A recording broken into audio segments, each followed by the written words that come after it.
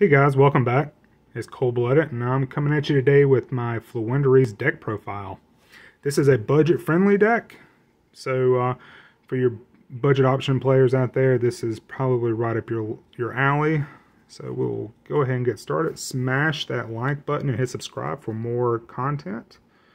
So we're going to start off with 3 Robina. Self-explanatory with the Eaglin.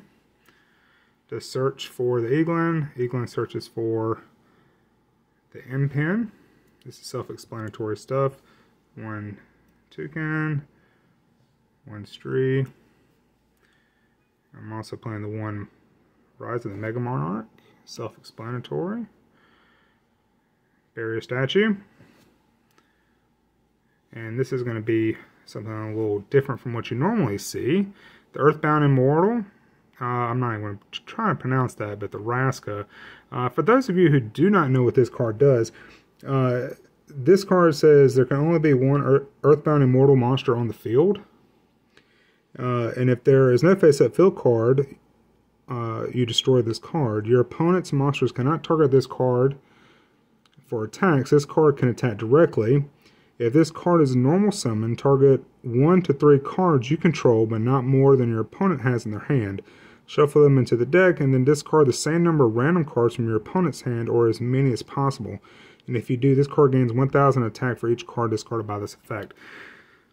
So, potential 3k beat stick that can attack directly, and also ripping cards out of your opponent's hand. That is really nice.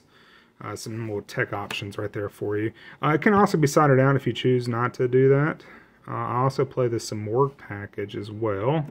The extra normal summon, extra body to tribute for your Floowandereeze or the Raska, Ryza. And then next to the D-Shifter, kind of self-explanatory right now in Floowandereeze. This right here shuts down a lot of decks. And Ash Blossom and Joyous Spring. Now I know I said this was a budget-friendly option for your deck. If you don't want or if you don't want to run Ash Blossom, which I don't know why you wouldn't, but if you don't have Ash Blossom, another budget option would be Effect Veiler. That's going to be your next best option there. Alright, on to the spells. We're going to be running 3 of the Field Spell card, and then 3 of the Advent of Adventure. If you don't have this one, another budget option would be Book of Moon. It's been printed out so many times, but I understand this card may just be a little bit expensive, but you can use that as well. Your one-ofs would be the Unexplored Winds. Since I'm running the Samorg package, I'm also running the Sacred Lands of Samorg field card. For those of you who do not know what this card does, all winged beast monsters gain 300 attack and defense. You can only use each of the following effects of Elborz, the Sacred Lands of Samorg once per turn. You can reveal 1 level 5 or higher winged beast monster from your hand. This turn, you can normal summon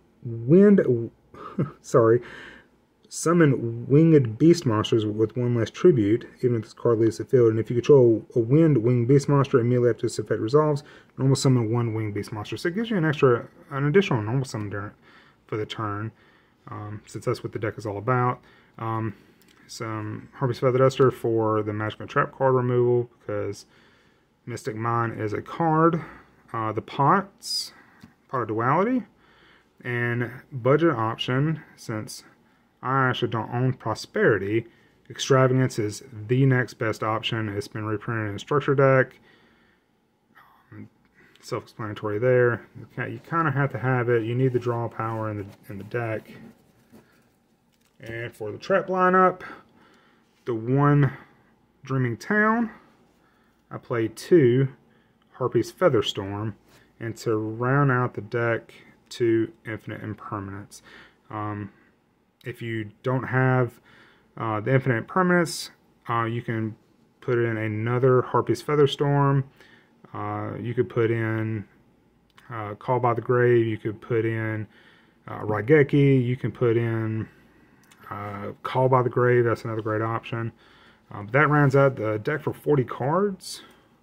My side deck options, again, side deck is not